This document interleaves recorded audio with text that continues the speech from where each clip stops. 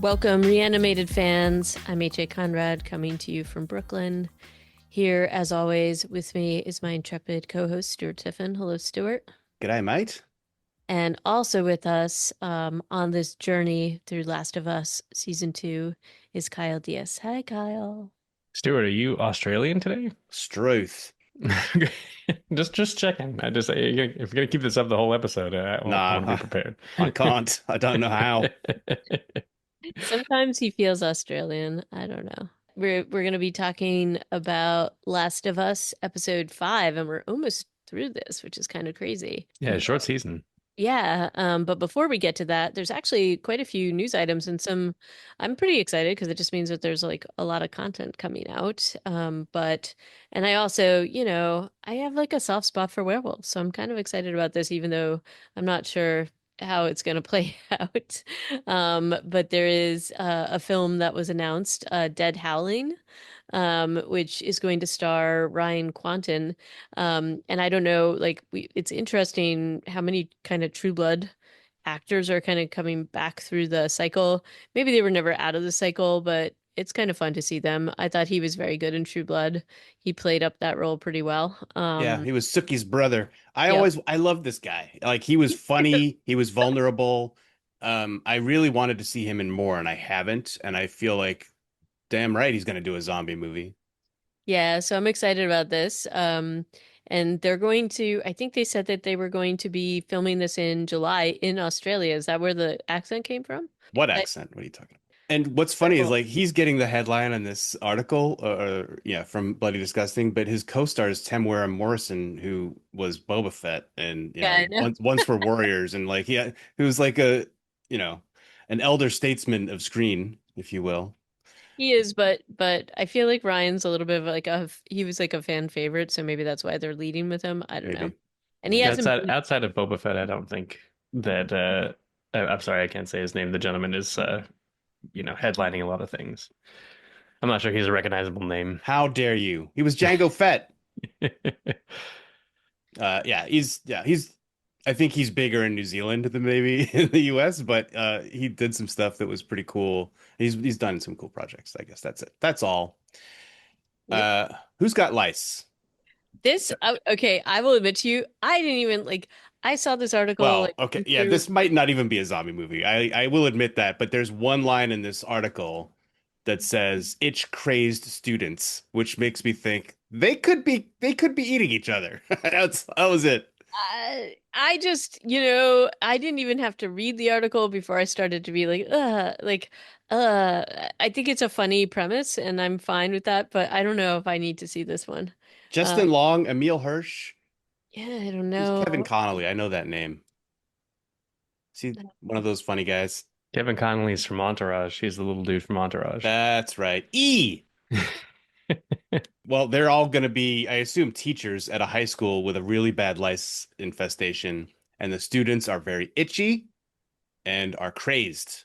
And so, real stretch that this is a zombie movie, but I have high hopes. I do think it's a funny premise, and I do like the fact that Justin Long was like, "Hey, I want to be in something that was like kind of this like ridiculous thing that I liked when I was a kid." So I'll give it to him. But I don't know if I need to see this. I may leave this just for you to view, Stuart, and then tell me about. Very well. I'll But I'll accept that mantle. all right. In other short news, We Bury the Dead, which we've been talking about for feels like a year and a half, Daisy Ridley's Tasmanian zombie film, or at least it's set in Tasmania, was bought just before Cannes, and by what, Vertical Entertainment or Mhm. Vertical something, and they're going to be the expectation is now a 2026 release. So I think we were kind of hoping that this movie would come out or be available to watch this year. I so that's a bit of a bummer, but It is. hopefully, they got a good price for it. The filmmakers are invigorated to make another zombie movie. That's I hope so. I was like kind of sad when I saw the date, but hey, hopefully that means it's actually like fully formed and they're not doing things to it, that it's like in good shape. But hmm. I, I I had feel such high hopes for Daisy Ridley coming out of Star Wars. I thought she was so good, especially in the first two films. And so her post Star Wars career makes me really sad. And I really would like her to, have a genuine kind of hit and, regain some of the star power that I thought that she exhibited. So I'm pulling for it, even if I don't have really high hopes here. Yeah, I think I think it was overwhelming and she was part of a huge kind of backlash, which was just really unfortunate. So maybe she was just needing some breathing room and we'll have to see what happens. But agree, I think she's a really great actor. So I would like to see her more and so maybe we will. I think she was doing some stage things too. So maybe she's just kind of lying Yeah, low. resetting. I mean, I can imagine that Yeah, being something I you'd could want to see do after Star Wars. it's sometimes interesting though after you see somebody who just exhibits such an enormous amount of talent and sometimes they do disappear because it's just too much and Star Wars is such a good example of that with so many actors so anyway but I hope that this is good for her but I hope there's other things that we see her in very soon so agree with you Kyle on that sad news though the Bondsman has already been canceled and Is I this sad news? well, Did I don't you know because did I'll you admit not see that it? I have not seen it yet, so I Yeah. cannot I judge. watched the pilot, or at least part of it. It's not a show I can watch when anybody else in my house is awake. So it's gonna be one of the it's there's some good effects, I'll give you that in the pilot. Woof. Wild. But yeah, canceled after one season, but get out there on Amazon Prime before they delist it so they don't have to keep paying Kevin Bacon his residuals. And it also seemed kind of an odd time to release it. I was sort of surprised that because there was just a lot coming out at the same time, so that also is a thing. But Who doesn't love a nice springtime horror zombie bail bondsman show in the it's just South? when you're competing with The Last of Us and all of that, I think that's kind of hard. I have one last piece of news here. This is a bold take, I think. I think there's really not very many people in America saying this right now, but Ryan Coogler's Sinners, pretty good film, Oh, pretty excellent movie. So if you Nobody's guys have saying not that. seen that film, no. there's some definite reanimation happening. Oh yeah, it's on our list for sure. Would just put a little plug in for Mr. Coogler's Sinners because saw that last week and had a better time at the theater than I've had in a very long time. Oh, All cool. right, that's interesting. So wait, I thought it was vampires though, no? Yeah, It is vampires, yeah. yeah, Okay. it's a vampire movie. And it's got Michael B. Jordan times two. So what's not to like? Love that. I mean, And speaking of movies we went to see last week, I went to see Warfare, an Alex Garland directed picture. Alex Garland is going to come up in this episode, I'll tell you that much. Oh yeah, oh yeah, but also very very powerful film. 93-minute war film set in Iraq, and obviously he's writing 28 years later, which is why this is apropos. Good to hear that Sinners is good. We will review it soonish. And in Last of Us news, we still have a couple more things to talk about. Pearl Jam has released an EP, which is Last of Us themed. I don't think they've recorded anything new for it. They just kind of repackaged some stuff and put it out on a record. okay. How do we feel about this? I don't understand the connection. There's a lot of there's a lot of Pearl Jam in Last of Us because Neil Druckmann is a inveterate Pearl Jam fan. Yep. Was the song that she starts singing in this No. episode a Pearl Jam That song? is a Pearl Jam song, and is the song that plays during the credits, is Okay, obviously because it. I like rewound that so I could hear what lyrics she's saying, and I was like, I do not think I know this tune. Oh, what's it called? So that helps a little bit. I mean, And she yeah, doesn't sound like Eddie Vedder, so that may be why too. it is Future Days is the name of the song she begins to sing. And the lyrics that she doesn't finish is, if I ever were to lose you, I'd surely lose myself. And so quite, again, apropos. This is Uh, a Pearl Jam song from 2013. Yeah. yes. So I this didn't is even know there always, were Pearl Jam songs from oh, I 2013. thought you were making like a continuity argument, but yeah. So Joel never could have learned this to teach it to Ellie, even in the video game, which comes out and set in 2013, right? There's no way. So, and in the show where it starts in 2003, clearly there's no way that the song existed. All But right, but what you're neglecting to consider is that perhaps Eddie Vedder and friends are still producing music in this world as Fireflies. as Fireflies, and maybe, just Yeah. maybe, over some kind of bootleg radio channel. Actually, they would be in the WLF, wouldn't they? Yeah, this Seattle base. Or maybe they're scars. Right. So I feel like Unplugged. scars. I don't know. Anyway, I'm just saying, not impossible. Not impossible. It just struck me as I'm hoping that they're like cutting Neil Druckmann a deal, or maybe why would they? Why would they give HBO a break on the the price of licensing their music? But they're also kind of cashing in on the show. Hmm. But if you got a record player and you love The Last of Us and Pearl Jam, this is your chance. That's that news. Okay, I can tell that it's really resonating with you guys as you I'm I'm just just, I'm just shocked to find out that I thought they were broken up like, in the early 2000s or something. every so often I meet a Pearl Jam fan who is quite rabid and just, I feel like there's some people's U2. yeah, people feel pretty passionate about them. So that's that piece of quote unquote news. And then Allure, which is Allure a magazine about women's Yes. stuff? Yeah. Allure has an article about The Last of Us and it's hair related. So this is to me is just a sign of the mainstreamification of this show is that people at Allure will be like, I should write about this hair thing that they've got going on. HA, break it down for us. I mean, this is the common issue which we've talked about, especially in The Walking Dead, but and usually related to Daryl's hair actually.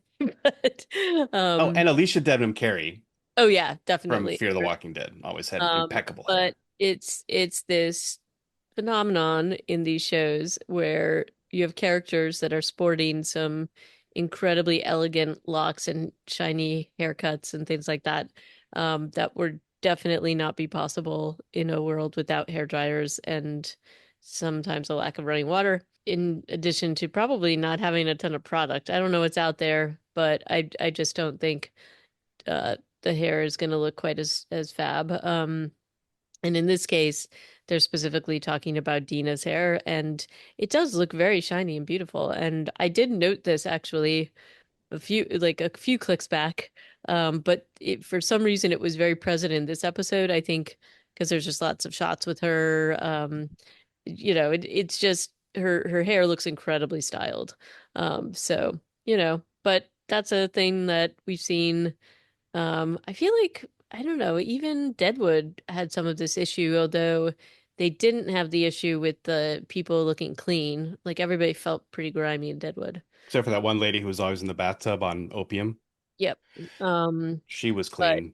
that's not a zombie show. I'm just saying in terms of these kinds of, Yeah. shows where they don't have the modern accoutrement. I Um, will just say this sentence from this article really cracks me up. So they've been describing the world of The Last of Us. Amid this hellscape, Dina seems to have somehow found a Dyson air wrap and a miraculously functioning electrical socket because her hair is perfect at just about every moment. And then there's a photo of some very glossy Dina hair. yeah.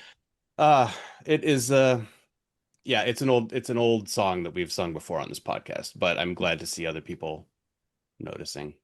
I don't know that it needed an entire article, but hey, it's Allure's never written about any of this before, right. so for them, yeah. Okay, that brings us to the episode. Hmm. Feel Her Love. This is directed by Stephen Williams and written by Craig Mazin. Stephen Williams has a long filmography of projects. He directed a lot of Lost. He did an episode of The Walking Dead in season 6, which I would say actually counts against him. Hmm. And he did 2 episodes of Watchmen, which was a really, really good show from a couple years ago. And yeah, and now Last of Us.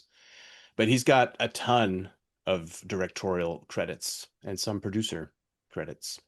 And then we can jump right into it. Actually, first, I would like to just quickly touch on the Rotten Tomatoes situation. Which the is this the continuing one where they're trying to lower the score? The critical response to this season is 95%, and the fan response at 5,000 plus ratings is 39%.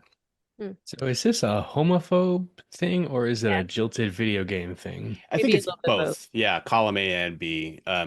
You'll notice that season 1, if you go into Rotten Tomatoes, has similarly high critical response and 60 something percent fan response, but that's with 10,000 and more ratings. For whatever reason, if you go to the Reddit for Last of Us 2, the video game, it is just a pit of negativity. There's not a single positive thing anybody says about the game, and this is about the game on that Reddit, or on that subreddit. And if you go to the first one or other Reddit forums, there's more positivity. But for whatever reason, that community on that subreddit has decided that Neil Druckmann is horrible. There's some of that real negative energy that we were talking about last week with the Bella Ramsey reaction too going on there. So I don't know if it is just homophobia or what it is, but for whatever reason, this game has attracted some real douchebags. How much of Reddit do we think is real people these days? Part of me is like, is this Wait, just AI eating its own tail here? didn't they like do this whole thing where they were like it was basically just AI experimenting on people? It's like for some reason the large language model running the Last of Us 2 subreddit has just decided to be negative about everything. Well, that would be not the future I want to live in, but maybe that's what it is. You know, people who complain tend to find other people who complain, and it's very common for subreddits, especially subreddits, to basically become full of people who want to vent about the thing that they ostensibly like or are following. Um, you see this in a lot of like for some reason podcast related subreddits do this a lot. Like the Ringer subreddit became just everyone complaining about Bill Simmons. So I think it's, it's just a like-minded people finding each other kind of thing. And, I don't know anybody who pays attention to the audience rating on Rotten Tomatoes except when there's a review bombing situation like this. So I think it's kind of it's an unfortunate but not really very important metric to track. So why does Rotten Tomatoes keep audience ratings? Because every Wanting once in a while there's one of these articles written about how people are review bombing things. That's part of it, I think. Oh my God, I also forgot another piece of news, which is very Kyle related. HBO Max didn't Oh yeah, we're going back, You know baby. what? Every time I see it, I think of you, Kyle. I don't know what they're gonna do with their programming, but they realized, oh wait, we took the best brand in American media and ruined it. And yet somehow HBO keeps making all the best shows, so we're gonna bring it back. so weird. I still don't really understand what's happening. I don't think I ever understood the rebrand. I always just called it HBO or Max, or I didn't know what it was. And now they're switching to something else, which might be HBO or Max or both. And I still don't know what's going on. Either way, I don't think it's gonna matter. I'm gonna look for Vindication. shows. Yeah, I'm glad you feel vindicated. Who else can feel vindicated is Elise Park. Well, maybe not. I don't think she actually feels vindicated. I think she feels destroyed, because that is the sergeant that Hanrahan goes to visit at the hospital in the opening scene of this episode. Nice segue. Thank you. Yeah, this is a pretty good and intense scene. You already kind of know what's happening, even as the the story is being shared. There's a little bit of it where, you do this is like a kind of a flashback, and then you see the things that happen later in this episode, and I think you keep waiting for this storyline to reappear, or at least I was, and so you keep thinking, oh, is this it? Is this it? So there's a level of tension, I think, caused by that. I don't know if both of you felt that way. So one thing I love about this scene is that the last line turns the whole thing on its head Yep. because you think it's just this, commander who's upset about losing, members of her squad, and she's obviously quite affected by it. And then I'm sorry about your son is just so devastating in this context because it makes you re-examine her reaction and you realize, oh, this woman who I thought was like barely holding it together and over this other thing is actually doing a heroic job holding it together considering what's happened to her. So I loved that little um, pivot point at the, or that button to the end of the scene. I felt like this should have been Jeffrey Wright, and I wonder if they just didn't budget for him or something. I think that I don't know the name of the actor who plays his kind of second in command in the WLF. She did a great job in this scene, but it feels like we should have gotten more Isaac here. That's just kind of me nitpicking a little bit.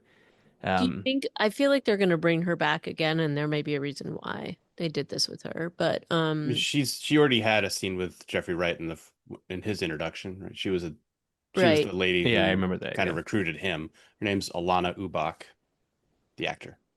I feel like we're going to see more of her a little bit more. Yeah.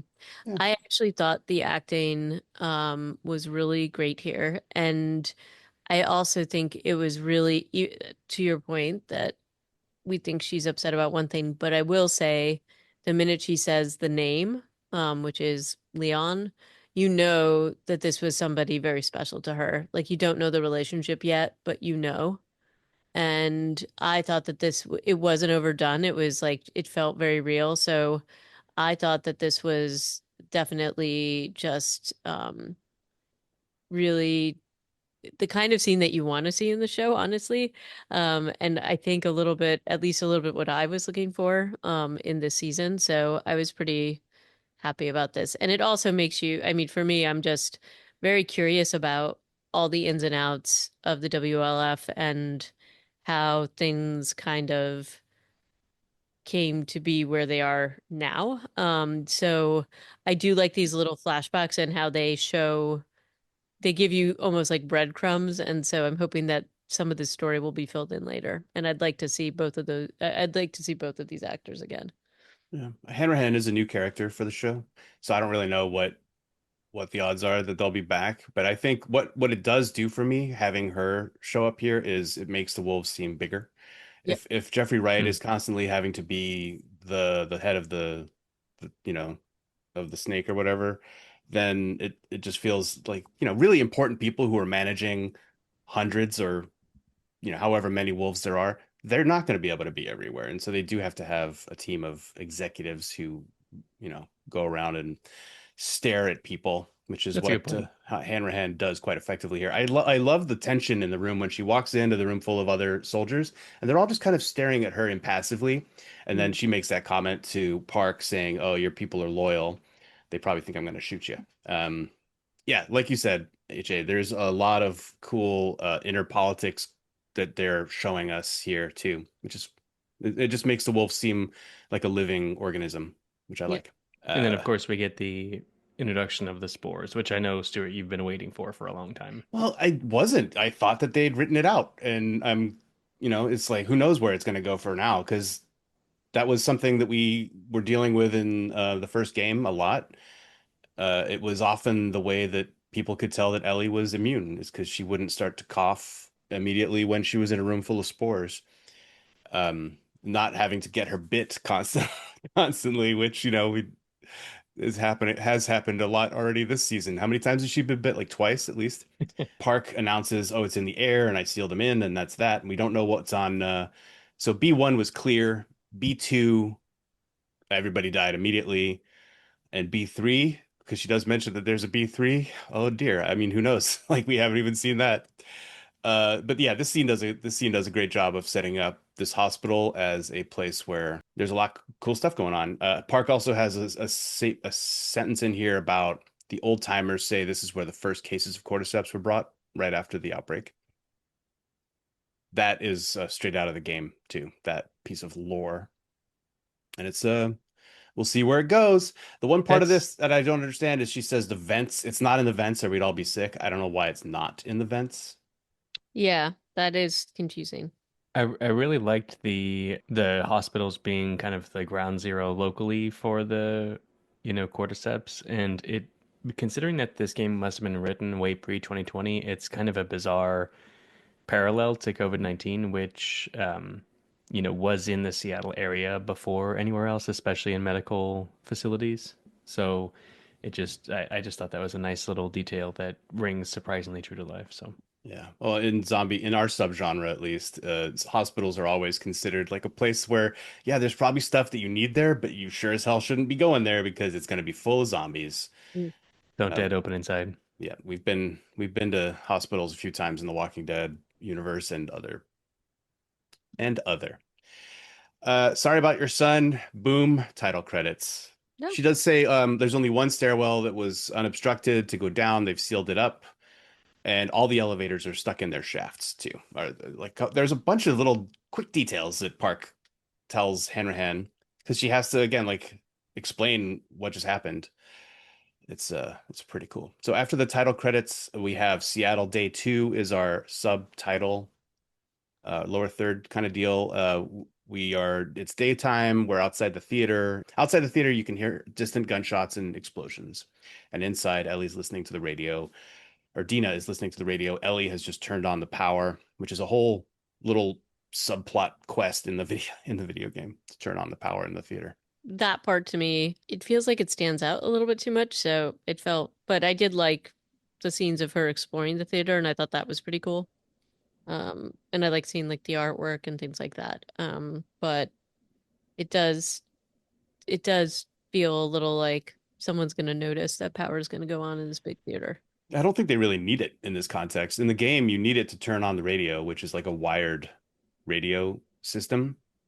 Because actually, the cool subplot to this theater in the game is that during the war between Fedra and the Wolves, some Fedra guys had been holed up here and had a little radio system set up, and like you read through their diary entries, and it's like how they eventually died. But the power is for that purpose only. I don't know that these two really need to have electricity in this building. It's too big to heat. They're just turning on lights, which is How long do we think they've been in Seattle at this point? what's day two. Stay two. What is going on with the horse? Did they just They leave it in the record shop? did no, it wasn't the record shop. It was somewhere else. I forget. But they put it in there and then they went somewhere else.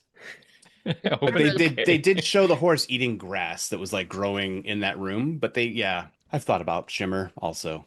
Yep. I mean, horses don't really need a lot. They're pretty happy to stand around, I guess, if they have food and water and a place to go to the bathroom. But I just, you know, like kind of like I feel like we're forgetting a character who is going to be pretty critical if we're getting back to Jackson at some point. Shimmer's going to come back, Kyle. Uh-huh. Maybe. I'm kidding. We then have when Ellie goes to explore because she leaves Dina to do triangulation, which sure, she's trying to find the hospital or a safe way to get to the hospital. The wolves are constantly talking on the radio. So Ellie's like, I'm just gonna go explore, and she goes and plays that first um line of Future Days. If you listen to the podcast with Craig Mazin and Neil Druckmann, they're really trying to get across that in playing that piece of that song, Ellie has like an epiphany revelation, but not the good kind. I don't know if that you guys picked up on that. I mean, I was picking up on the fact that it was definitely bringing some stuff to the forefront that she was not happy about.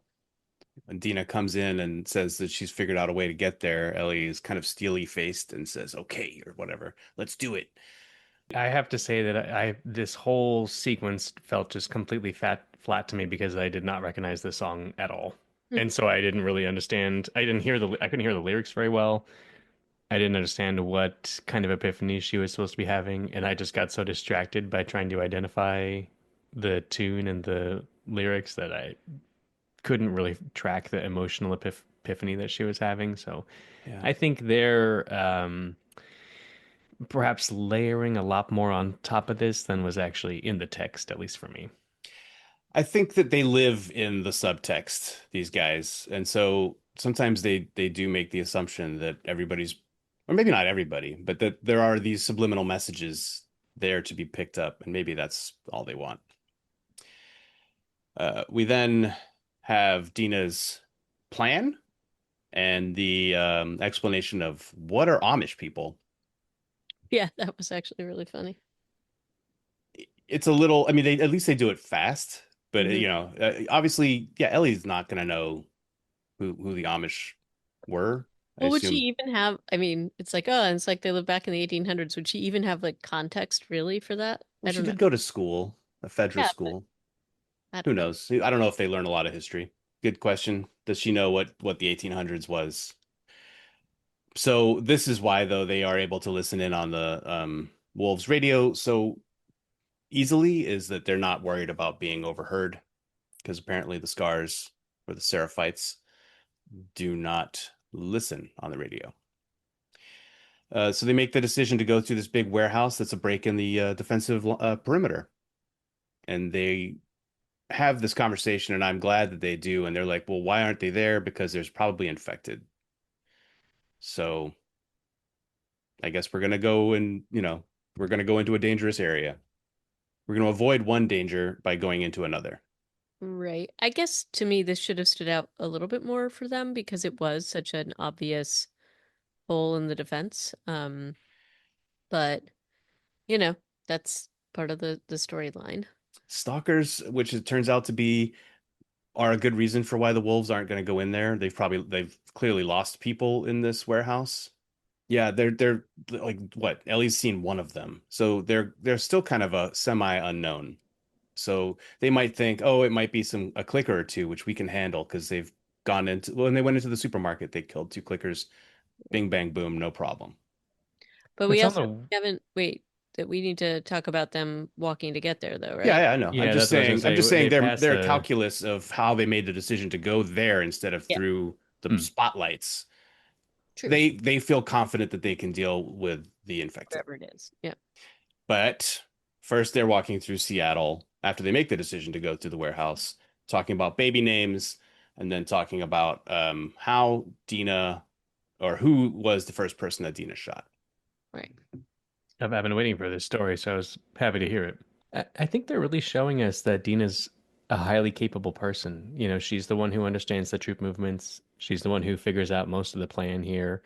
It sounds like as a child, not sure how young of a child, but a child, she essentially defended herself and made her way from New Mexico to Wyoming somehow. So I like that they're not like, oh, it's the Ellie show and her sidekick Dina.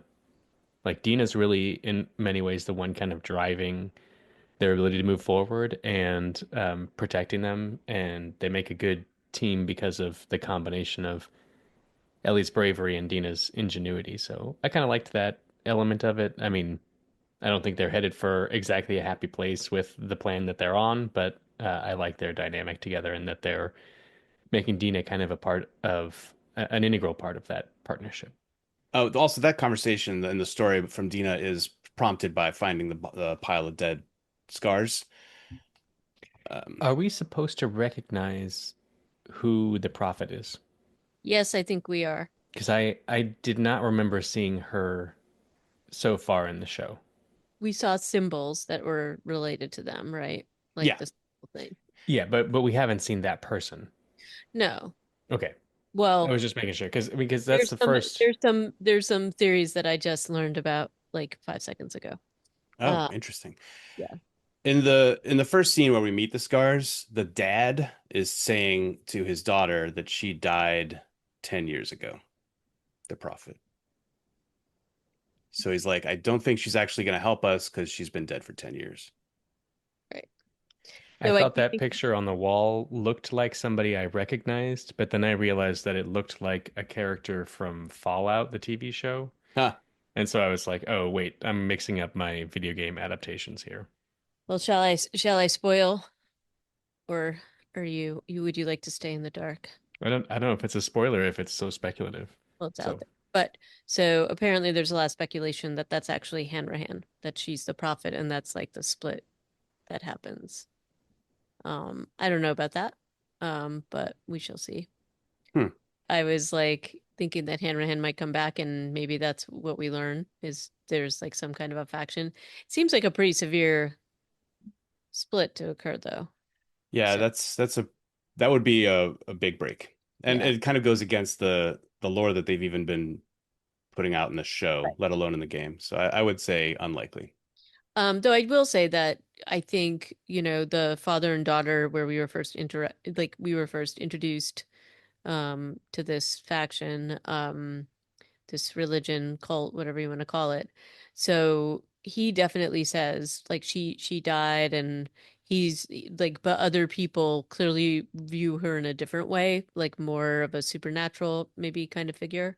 So as a supernatural figure. So it's interesting. Like I'm wondering how that is all going to shake out and how much we're going to learn. And Wow, we learned a lot more about them in this episode. So obviously you two knew it was coming, but and I figured there was some darkness coming, more things that we were going to learn about them, and but it was interesting to see how it all plays out. But yeah, so the bodies are there in front of the prophet, and it sets off Dina again, which makes sense because she's already feeling a little queasy. Um, Yeah. yeah, And then she tells her story, and the moral of her story is that she also really loves to seek revenge. yeah. I'm It's not not sure just that about she that. wants it's not. It's also that she is sharing that because she's also lost people very close to her. I think it's she's sharing that with Ellie because they are very close, and she also cared about Joel.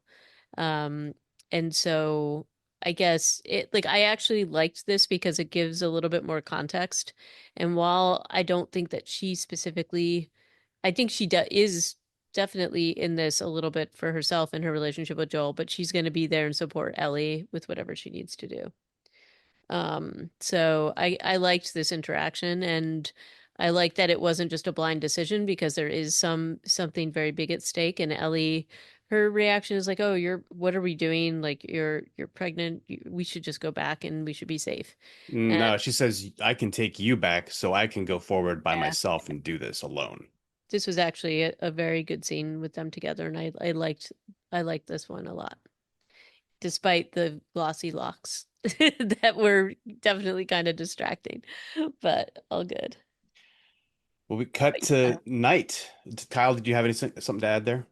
Oh, you can cut it out of the podcast because it's visual, but I put pictures of in the show notes. I put the graffiti and then a picture of Moldaver from Fallout, who it looked like to me. So Uh, you can kind of see where I'm coming from, perhaps. sure. Oh, you know what? You're totally right. Wow. She has That's prophet kind of vibes. that's kind of wild. There's apparently a trailer for season 2 out now. I really enjoy season one, even though I actually have not played the Fallout games. So, but it's a good show. They've also made the assumption, or they basically figure out that there cannot be a horde inside the warehouse because there's a lot of noise. Like where the wolves' perimeter is, there's all the spotlights, there's trucks constantly driving back and forth. So they're like, there's not going to be a horde in there. It'll just be a few infected, so we can make this work. They kind of make that decision at the last second because they're already there. But then they get inside the warehouse, running across open ground and ducking, spotlights and presumably trucks that are driving around. Get inside. They take the time on the show to show them like stopping and listening and being cautious, which I thought was a good sign. They're, like when you consider the supermarket assault that they did in episode 1, they're just kind of kidding around. They're being a little goofy. They're being quiet, but here they're being much more careful. But I thought that the way that this scene unfolds, it's predictable, but it's also it's really fun. Like when they find this, Ellie sees the body on the ground and is like, "Oh, damn!" And then they immediately see the stalker. Yep. Dina's first time she's ever seen one. She's like, "What the hell is that?" And Ellie knows exactly what it is right away, and she's like, "Okay, this is bad, but now at least there's two of us." And so I think we can get it without me getting bitten again, is her hope. And then I love the fact that then suddenly there's three or four of them in front and like three or four of them behind, and they're completely screwed. Yep. I do love that it's like, oh my God, we just saw a stalker. Like, let's have a 90-second conversation about what to do Yeah. next. Like, I was kind of like, can you turn the fuck around so you can, sorry, I probably shouldn't swear on the podcast. Can you turn around so that we can see what is coming, please? Uh, Yeah. the stalkers are so good. They're so scary. Are And and their movements are like super creepy, and just the whole everything about them. I I think I find them the most terrifying right now. So They're in the game too, I would say. oh, yeah, is that the same? Like they're always coming at you from the angle, like they're velociraptors of the zombie world for sure. the Oh, noises that they make are very disturbing. They sound like people kind of whimpering in pain. They yep. sound like Dina throwing up at the TV station. Luckily, Ellie comes up with a plan in the moment. Like you said, Kyle, Dina is the person who's basically the engine of this mission they're on. She can figure out when it's going to rain. She can figure out how many stock clickers there are by their sound. She can triangulate. She can do all these things. But in the moment, Ellie's the one who's like, "You're going to go in the cage. I'm going to stay out here and get bitten a lot." That's actually her plan. And they try. It's ultimately going to fail though, because Dina kind of disappointingly runs out of bullets. I think we only hear her shoot like 4 times, and then she's out. She's put her backpack on the doorknob to hold it closed, and maybe she's not getting another magazine because she's like worried because these guys are peeling the metal Right. back. They're Or maybe she's pulling out, it right? I all mean, back. that's She a would, big yeah, that's a big plot point in the video games, or a big mechanic in the video games is ammunition is very sparse. true. It is, but like in the packing scene, also before they left Jackson, she was like, "We're gonna bring 100 rounds That's plus true. this Yeah. plus that." So I don't know. I would have thought that, but like maybe it's just another nod to she's great at planning, but in the moment she can freeze, maybe. Hmm. And Ellie, I think she's dual wielding guns. Doesn't she shoot Yep. with both hands in this scene? Yep. So they've definitely abandoned their stealth plan, which is unfortunate, but also very understandable.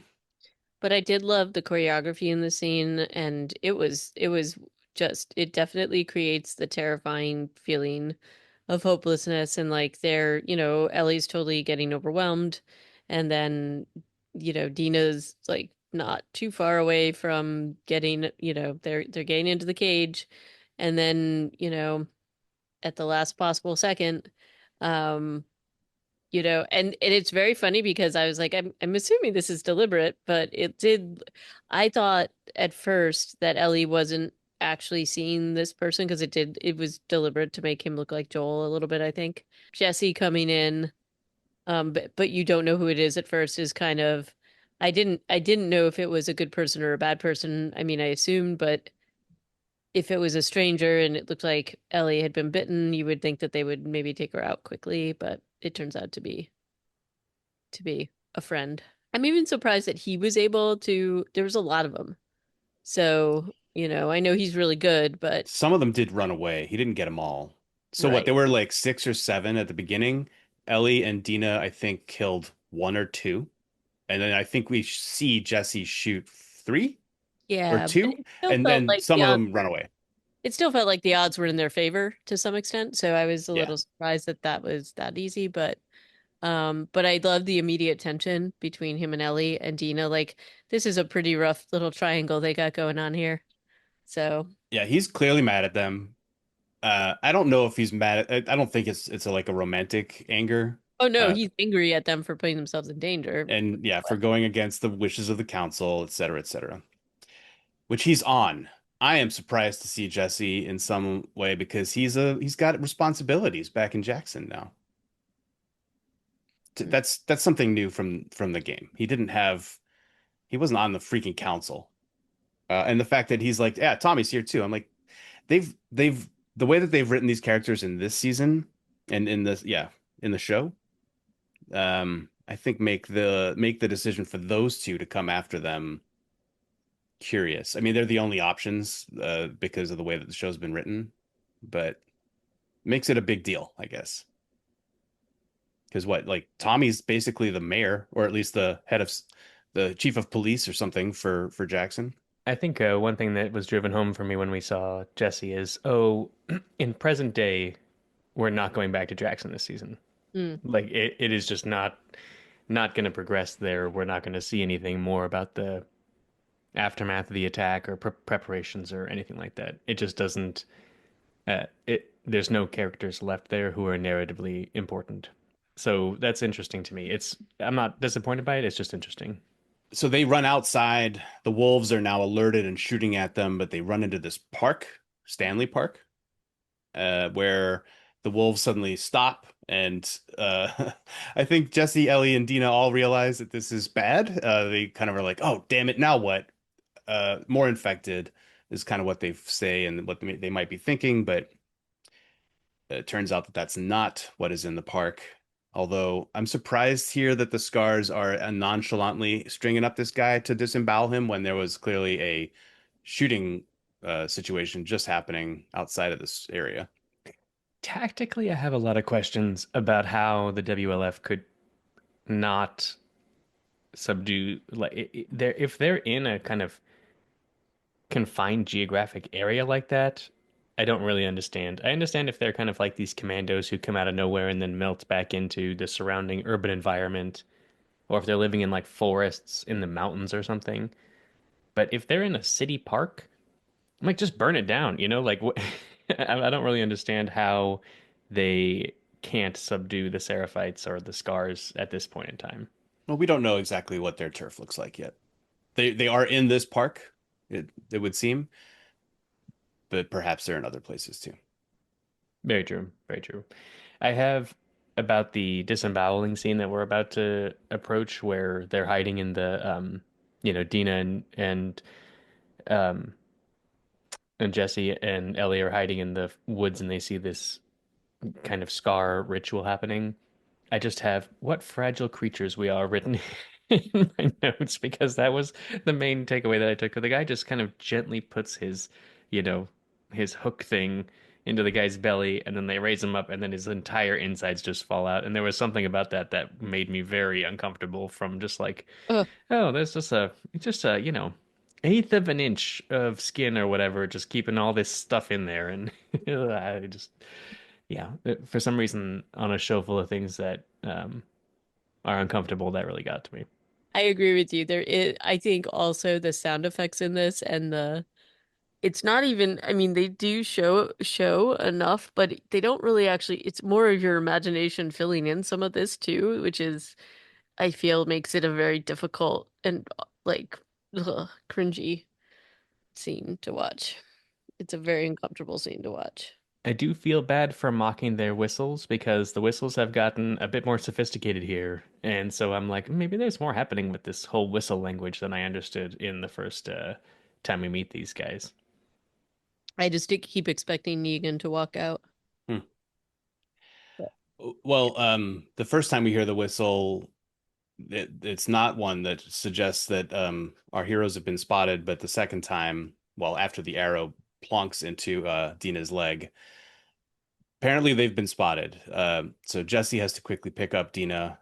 Ellie once again is like, "I'll get bitten a lot," or the equivalent of that, and runs off shooting her pistol and then hides inside a tree. The scars give up quite quickly. I will say their use of torches feels like they are yeah, like you said, tactically, their tactics are based on stealth, and the torches are real. This goes with the game too. They use torches a lot in the game. It's kind of how you're able to avoid them, but it's also how you're able to like it's a blind spot for them. The opposite of one, really, because they're trying to see, but they have no night vision outside of that torchlight. They're not going to be able to find people in that forest who don't want to be found, but they're obsessed with torches. yeah, I kind of thought that the one woman that, we see a little bit of and was like, "Oh, let's trust in the prophet. She'll lead the way or whatever." I actually thought she was like hanging back to track Ellie. Like I didn't think it was going to be quite as easy as that. So, Hmm. but you know, I was incorrect on that point.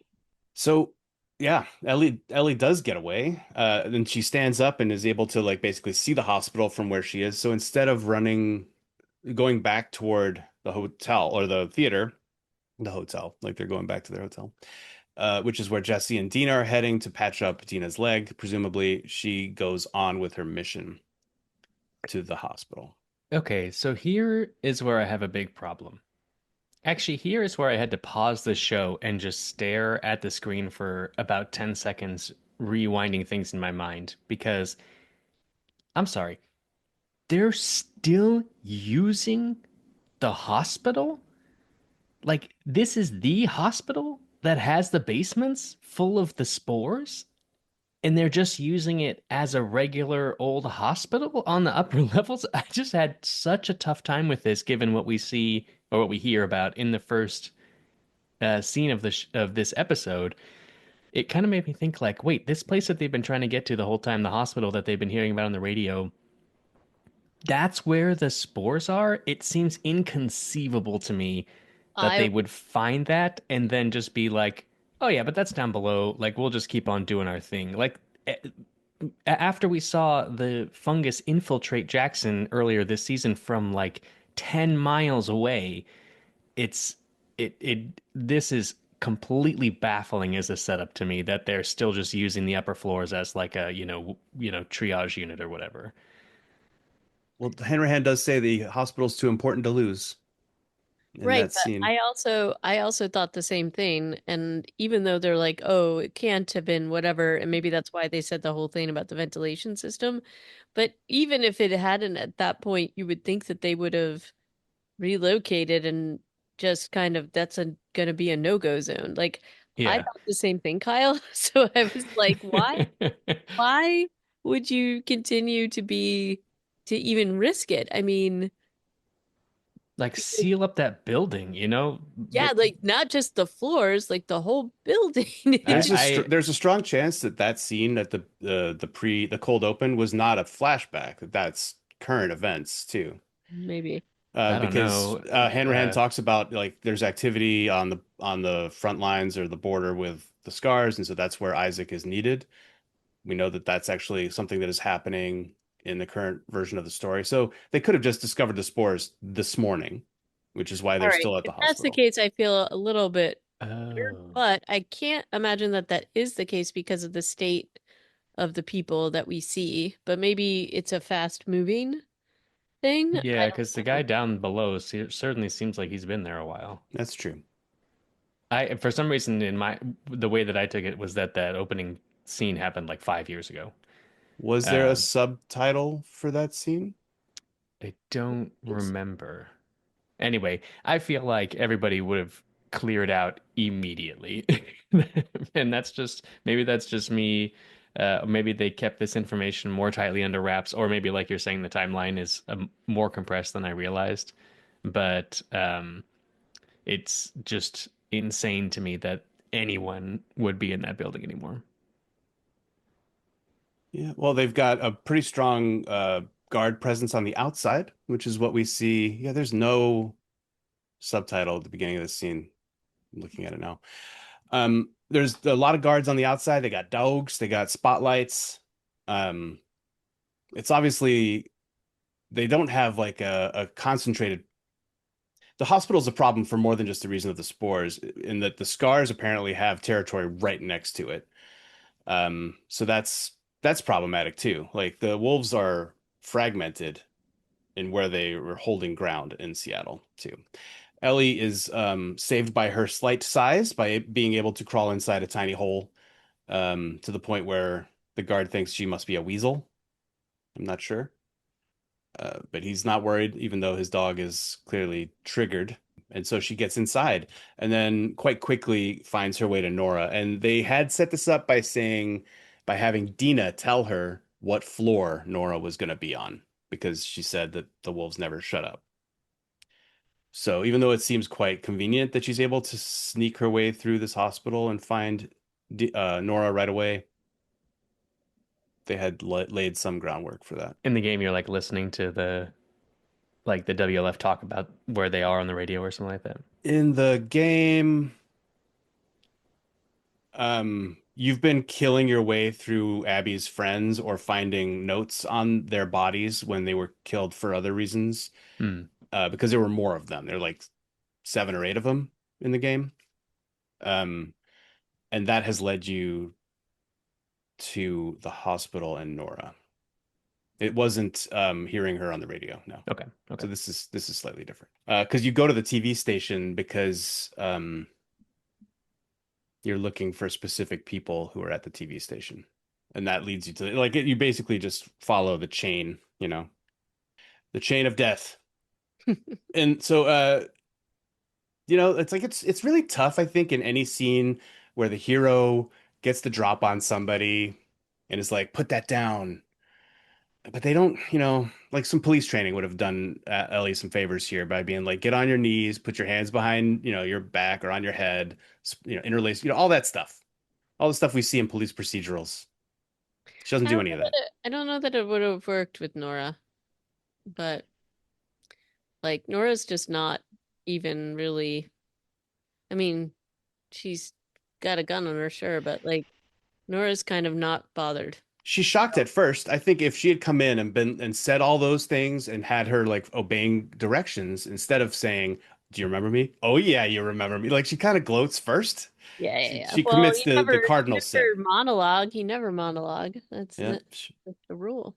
But then she gives and because she's like, "I don't care. You'll still be dead," even though, when Nora challenges her ability to kill her in this moment, Ellie, yeah, has lost the upper hand as soon as that happens because then Nora starts to monologue and and actually her monologue works because it throws Ellie off and just makes her mad and and then gives Nora the opportunity to throw that pan of, I don't know, alcohol at her. And then the chase is on. This could have gone really badly for little Ellie. Yep. But it goes worse for Nora because Nora thinks, "Oh, I can jump across that elevator shaft and get through that other side of the door." That is not how that goes. And they both end up on B2. And it's good to hear the wolves say, "The shaft is open, seal off the whole wing." Now they're like, "Okay, Now they're like, oh no. this is bad. We were okay before, but now we are not okay."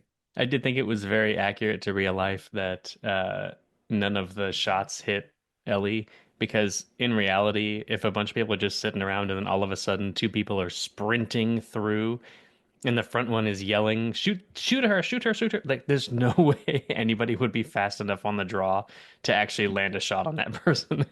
So I thought that was actually very true to life that everybody's just kind of like, "What's going on?"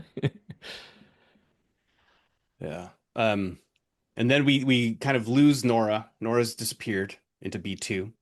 We don't have any eyes on her, but then Ellie walks not far. We can see already the particulates in the air. We can see the Yep. the spores on the floor where she's walking. She is unaffected completely, as far as we can tell. And we start to see scenes from aliens under the primary coolant pipes where they find a secreted resin. It's kind of interesting because Ellie's just not bothered at all. I mean, bothered obviously by, she's trying to figure out what's going on, but this is a pretty fast act, and we heard this earlier in the episode because we heard the description of it, how quickly it acted, because um Leon had trouble breathing when he was talking to his mother over the walkie-talkie, and then when Ellie eventually catches up with Nora, Nora is like really labored breathing, and the contrast between the two, because Ellie is definitely not having issues, um, is distinct. And so, and the realization once Nora realizes that Ellie is not affected and that she may be this what she thought was a red herring or a urban legend. That was kind of interesting. Really And I interesting performances from those two. Yeah, but I also look, it's also this is something Ellie is um like she's immune and the bites is one thing, but this is like another thing entirely because, as she's seeing how this particular aspect works, because she's seeing the people that are basically spore breeders, I guess that's what they are. They're just spore propagators. It's this is a little bit of who she is and she's immune to I don't know. I feel like that's got to be a pretty rough realization and hard to see that and you know talk about having a part of yourself you might hate but you're also grateful for. So that I kind of thought was interesting, and she does like a really great job. She does such a good Bella Ramsey does a really great job at her facial expressions are really good here, and they are throughout the episode, but here particularly you can see the struggle that she's having. I really The love the effects on the spore breathing too. Yeah, I was going to talk about the set design of the B2 level is just so good. I mean, the Yeah. people kind of like melted or held into the walls by the fungus. This is where I kind of said earlier we are going to be talking about Alex Garland. Really strong Annihilation vibes here, Mm. and really just such a fun, creepy look at what happened in a place where this fungus was truly able to run wild with no sunlight, plenty of moisture, lots of stuff to eat, people to infect. It's just really really unsettling and well done. I loved the scenes of her exploring down there and finding the spore breathers who look like they are truly in hell. And this, I don't know if either of you, I felt like I was having a hard time breathing watching this thing. It was like giving me contact, like asthma attack, or like just the idea of breathing in particulates and not just like something like this that could kill you and create you. Like it was just a really well done um scene, and the Yeah. sets were amazing. Just absolutely, like I was trying to imagine how long it took them to do some of this, and um, the makeup and everything was very, very impressive. It's one thing to imagine that Ellie is, or to understand that Ellie is immune to this disease or to fungal infection, let's call it. It's another to be like, you can breathe in thumbnail-sized pieces of spore flakes and not choke. Like Yeah, just because it's kind of like the you're immune to being bitten, not being torn apart line from last season. I'm kind of like, okay, you may be immune to the spores, but like you probably can't breathe in this much of any particulate and not cough at least a little bit. a little bit. And not to mention that, yeah, you're immune to the fungal bite. Like you're not going to turn into a zombie, but God knows what else is on those things' teeth. Like you Yeah. might still get Yeah. a staph infection. Or worse. Ugh. Anyway, she is fine, and she catches up with Nora, who is coughing her lungs out down a hallway. And the director's, or maybe the writer, the producer's guidance to Nora, to the woman playing Nora, in this scene was, once you figure out that Ellie is the immune girl, it is like you've just seen the face of God. And I feel like once I read that, I went back and rewatched her performance, and yeah, like it reads really well. Even with that insight, it's kind of cool to see her have the realization because she was among, if not the one, the of the Fireflies when they were like, no, the immune girl was a myth. That was never even true. And then she realizes it when Ellie is like, "Did I kill us both?" The question, one of the questions that comes up in this interaction, Ellie seems to know exactly what went on at the hospital. I presume we're gonna get the answer to this next episode. Yeah, I think Uh, because we know from the last scene that Joel's gonna be in the next episode. It looks like the next episode is gonna be primarily or maybe entirely flashbacks. And so I just kind of chalk this up to like we'll get this explained to us later, but it probably informs a lot of the tension between Joel and Ellie at the beginning of the season. I think it's going to make those episodes look really interesting and different in hindsight. I also think that how they ended the first season, it's very clear that Ellie didn't believe Joel, and she knows when he's lying. And he even was having a hard time giving that lie to her. So I'm very curious to have the story filled in. So I'm kind of excited to see that. Um, but yeah, I think that that's definitely she definitely she accepted that or was not at all surprised by that bit of information. So that was kind of I liked what that revealed just Yeah. in that very little exchange. Yeah. And we end that scene with Ellie continuing to beat Nora for the location of Abby, which she has not still given up when the scene ends. And we jump to that flashback of a really happy good morning, which I don't think any teenager wakes up that happy, but uh, Joel just saying, "Hey, kiddo," and "Hi" from Ellie in their sunlit, bird song filled house. Right. But I would not say I would say that she's not beating her up for Abby's location. She's beating her up for making her watch Joel die. She's saying, "Where's Abby?" and then hit. "Where's Abby?" hit. Sure, So but that's not why she's torture never works. we'll see if torture works. We'll see. All I don't right. think she's got a lot of time left either. No. She doesn't have, an hour and a half to beat on her like Abby did with Joel.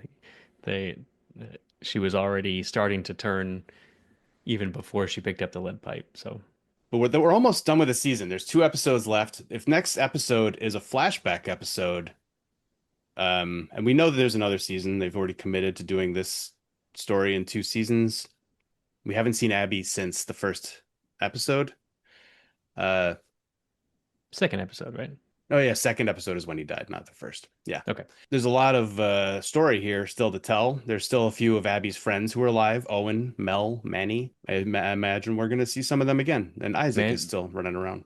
Manny was just chilling on the top of the Space Needle last time we saw him. That's a lot of stairs, so I wouldn't be surprised if he doesn't come down very often. Is that where that was? Space Yeah, I Needle? think so. I think we're gonna see Tommy again too. Tommy's somewhere in Seattle. Supposed to rendezvous tomorrow morning.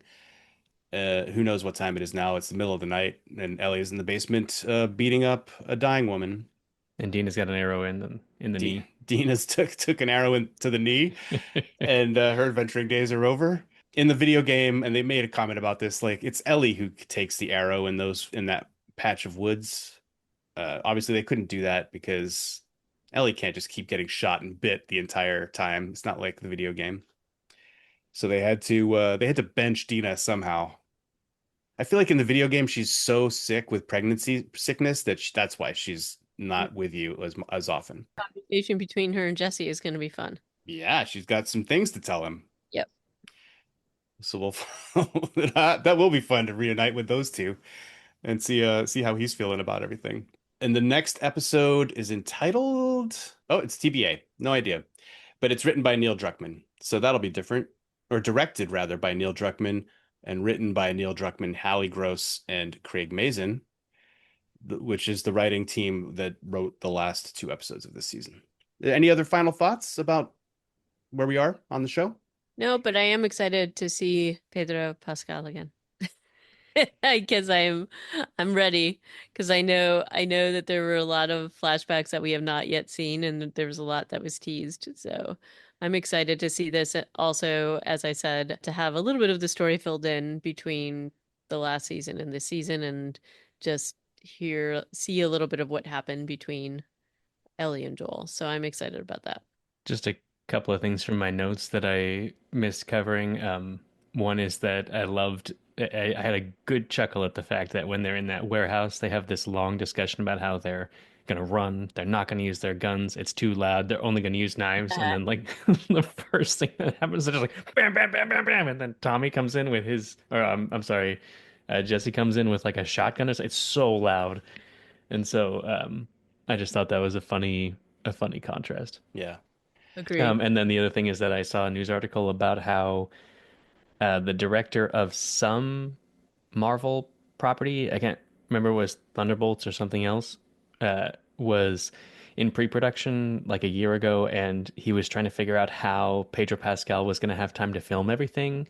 And he was kind of talking to somebody, and he was like, "Well, he's going to be in, second season of Last of Us or something." And the person's like, "Oh, no worries. He's going to die in the second episode. He barely has any filming time." And the guy was like, "What the fuck? Like, why would you spoil this for me?" So I thought that was also very funny. Occupational hazard in Hollywood, I think.